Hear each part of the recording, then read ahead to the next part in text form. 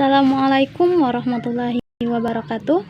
Perkenalkan, nama saya Jumiati.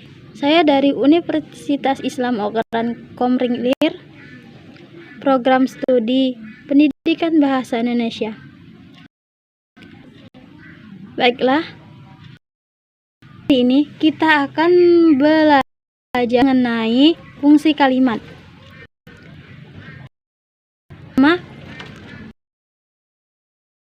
Klausa dan kalimat tak berklausa. Kalimat yang berklausa ialah kalimat yang terdiri dari satuan yang berupa klausa.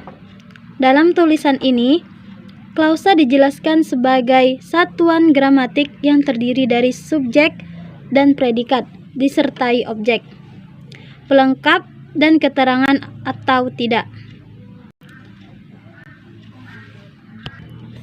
Contohnya, lembaga itu menerbitkan majalah sastra.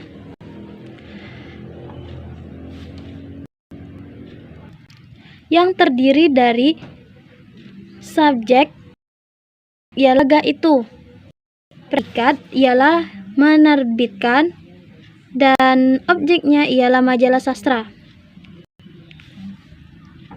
Baik, selanjutnya ialah kalimat yang tak berklausa. Kalimat yang tak berklausa ialah kalimat yang tidak terdiri dari klausa.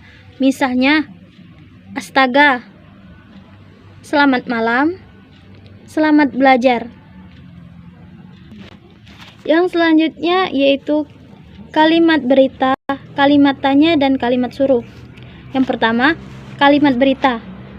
Kalimat berita berfungsi untuk memberitahukan sesuatu kepada orang lain, sehingga tanggapan yang diharapkan berupa perhatian, seperti tercermin pada pandangan mata yang menunjukkan adanya perhatian.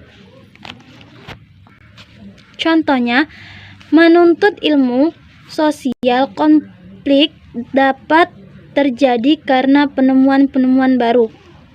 Kalimat tersebut merupakan golongan kalimat berita karena mempunyai pola intonasi berita, dan dalam kalimat itu tidak terdapat kata-kata tanya, ajakan, persilahkan, dan larangan. Yang kedua, kalimat tanya. Kalimat tanya berfungsi untuk menanyakan sesuatu. Kalimat ini memiliki pola intonasi yang berbeda dengan intonasi kalimat berita. Perbedaannya terutama terletak pada nada akhirnya. Pola intonasi kalimat berita bernada akhir turun, sedangkan pola intonasi kalimat tanya bernada akhir naik. Contohnya ialah Ahmad pergi. Yang kedua, anak-anak sudah bangun. Yang ketiga, ayahnya belum pulang. Adapun kata-kata tanya ialah apa, siapa, mengapa, kenapa, bagaimana, mana, bila mana, kapan, bila, dan berapa.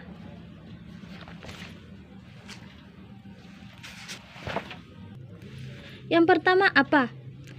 Kata tanya apa digunakan untuk menanyakan benda, tumbuh-tumbuhan, dan hewan. Misalnya, petani itu membawa apa? Kata apa dalam kalimat-kalimat di atas dapat dikendalikan ke awal kalimat. Jika demikian, kata kerja kalimat-kalimat itu harus diubah menjadi kata kerja pasif. Yang kedua, kata siapa.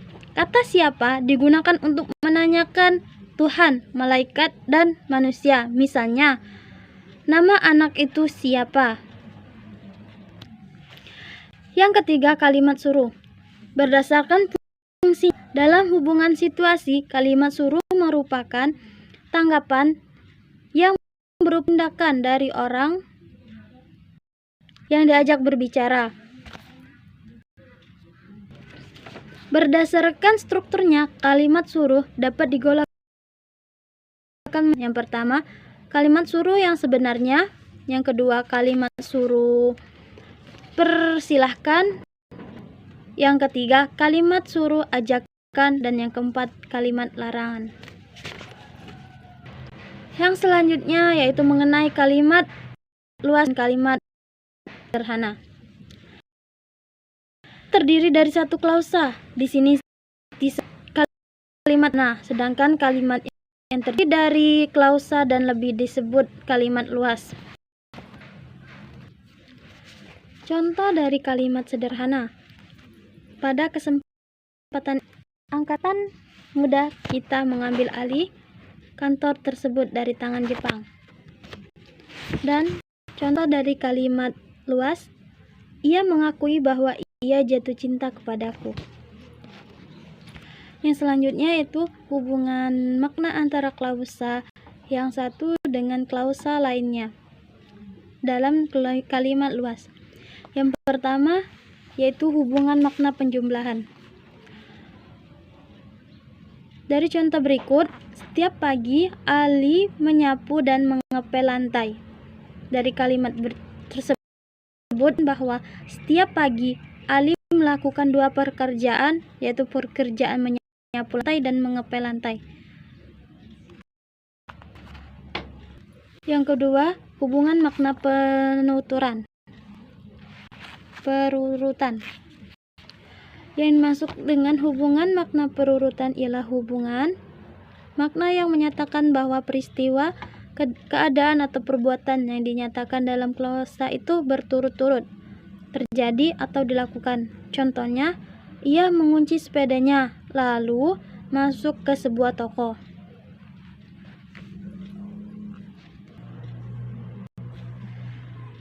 Yang selanjutnya adalah hubungan makna pemilihan. Hubungan makna pemilihan ialah hubungan makna yang menyatakan bahwa hanya salah satu dari yang tersebut pada klausa-klausa yang merupakan kenyataan. Misalnya, engkau menyanyi atau bermain piano. Kalimat di atas terdiri dari dua klausa, yaitu engkau menyanyi dan engkau bermain piano. Yang keempat, makna perlawanan. Yang dimaksud dengan makna perlawanan ialah hubungan makna yang menyatakan bahwa apa yang dinyatakan dalam klausa yang satu berlawanan atau berbeda dengan apa yang dinyatakan dalam klausa lainnya. Contohnya, rumah itu bagus, tetapi perkarangannya tidak terpelihara. Baik, mungkin itu saja yang